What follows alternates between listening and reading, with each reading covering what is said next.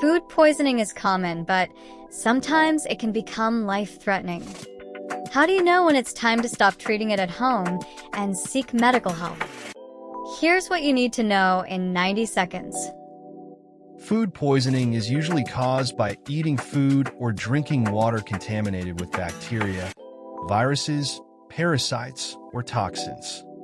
Common symptoms include 1. Nausea. 2. Vomiting. 3. Diarrhea. 4. Stomach cramps. 5. Fever.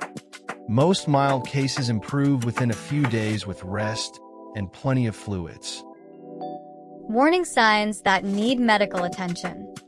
Seek medical care immediately if you or someone else has severe dehydration, such as extreme thirst, dizziness, confusion, very little urine, or fainting. 1. Blood in the stool or vomit. 2. Vomiting that won't stop, making it impossible to keep fluids down. 3. High fever, especially 38.9 degrees Celsius, that is 102 degrees Fahrenheit or higher in adults. 4. Severe abdominal pain or swelling. 5. Diarrhea lasting more than 3 days in adults or worsening symptoms. 6. Difficulty breathing, trouble swallowing, or muscle weakness.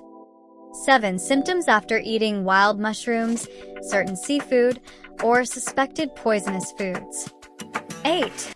Food poisoning in infants, older adults, pregnant women, or people with weakened immune systems. What you should do: sip oral rehydration solution or clear fluids frequently to prevent dehydration. Avoid alcohol and greasy foods until you recover. Wash your hands well to prevent spreading infection. If symptoms become severe or any warning signs appear, seek medical care immediately. Remember, most food poisoning gets better on its own, but knowing when to get medical help can save a life.